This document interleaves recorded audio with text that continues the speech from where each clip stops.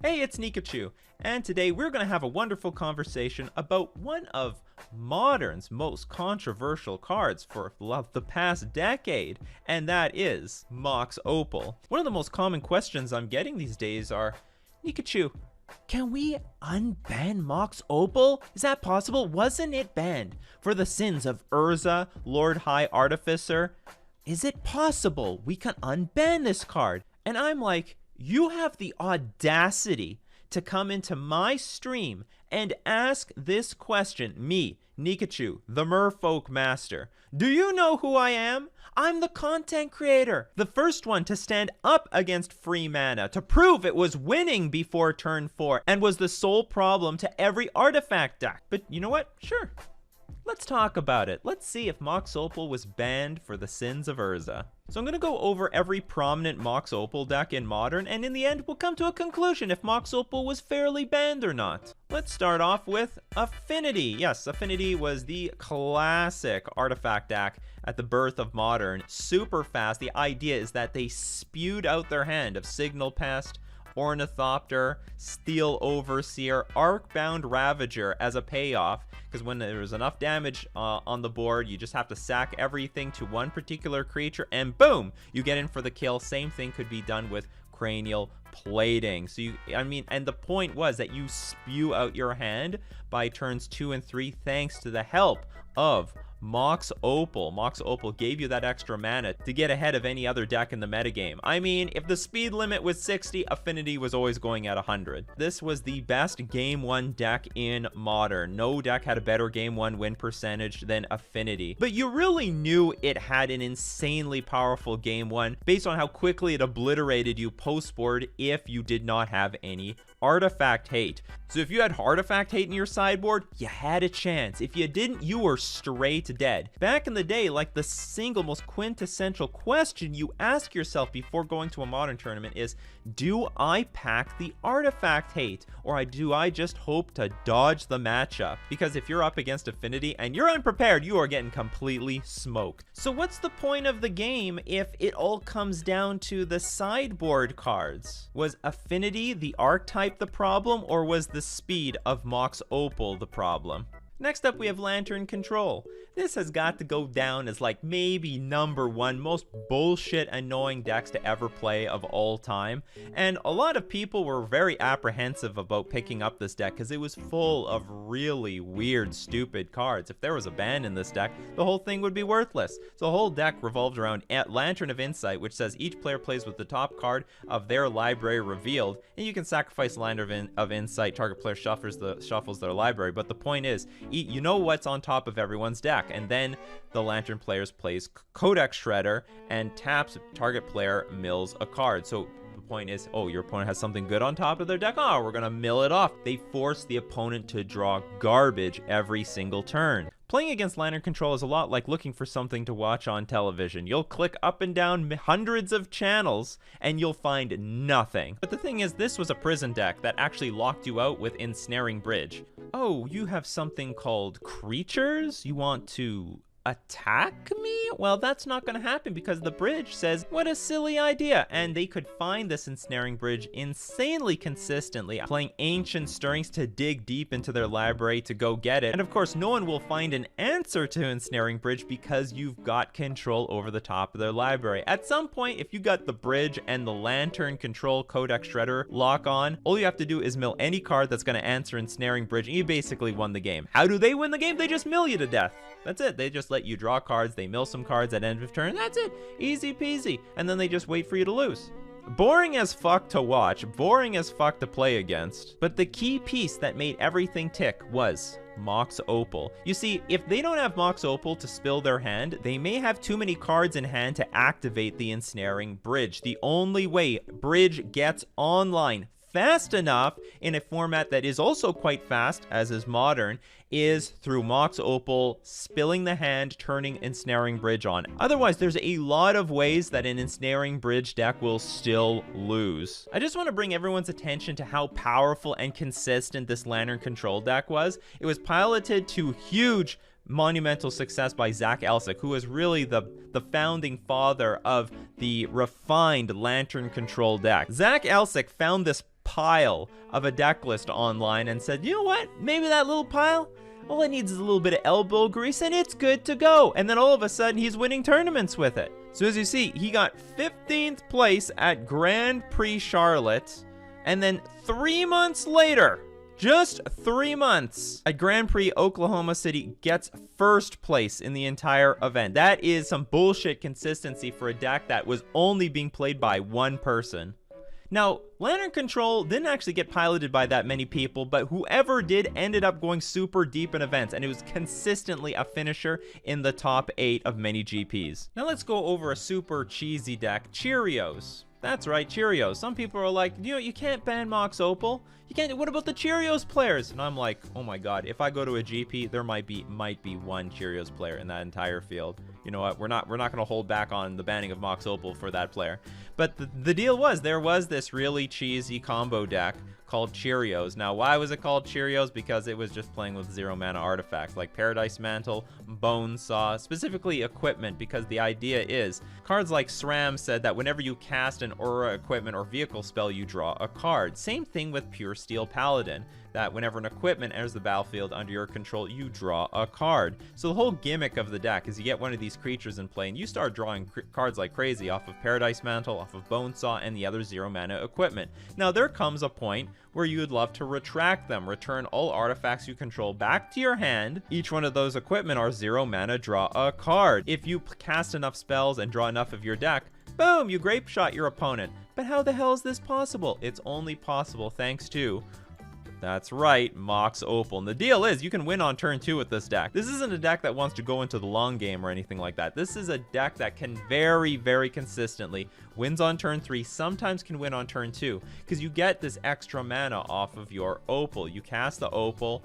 you cast the Retract, you get the Opal back in your hand, can replay it to use mana once again. And then when you've drawn enough of your deck off of how many cards you've drawn off of your 0 mana equipment, you get to play Opal into another Opal after you floated a mana, play the grape shot, and kill your opponent. I thought this was a really bullshit way to win the game. I mean, I associate grape shot with Storm, that's totally fine. I thought when I was playing against this deck for the first time, like, hey, this is pretty interesting. Are they going to put like a bunch of these equipment on and then, I don't know, attack for 1,000,000 damage or something like that? Nah, they just grape shot me to death. Pathetic. Absolutely pathetic. The deck is actually super vulnerable. I mean, if you kill the SRAM, if you kill the Pure Steel Paladin, this deck does nothing. It does absolutely nothing at all. The only thing it depends on is killing you almost immediately, thanks to the mana efficiency of Mox Opal. And then we get to Croc Clan Ironworks. Now, this deck was so consistent, so resistant to hate, had answers to everything in the metagame, thanks to Mox Opal, of course, that Matt Nass basically broke Modern with this archetype. Check this out. Grand Prix Phoenix 2018, 3rd place, Ironworks combo. Grand Prix Hartford 2018, 1st place with Ironworks combo. Following it up again with Grand Prix Las Vegas, 1st place, back-to-back 1st place finishes with this archetype. Matt Nass leaves some wins for the rest of us. So Matt Nass was so busy winning that he didn't realize that he put this card in danger. There were a bunch of Croc Clan Ironwork decks making top 8s, and then they had to make a decision. Are we going to get rid of this BS card, or are we going to get rid of this BS card? And you know what? This card is a bit BS enough that it deserved its own banning, but people just kept in mind that one of the enablers was Mox Opal. And then of course there was Were Prison. Were Prison came out, and the whole idea was to either play an ensnaring bridge, or Were of Invention for one, or Were of Invention for anything that you needed on the battlefield. And how did you empty your hand? Well, I mean, the deck is just full of really cheap cards, whether it be Engineered Explosives, Chalice of the Void, Formod Script, Mishra's Bauble, Mox Opal. I mean, the deck just spewed out their hand and sort of locked you out. And now we get to Harden Scales, and as far as I'm concerned, this was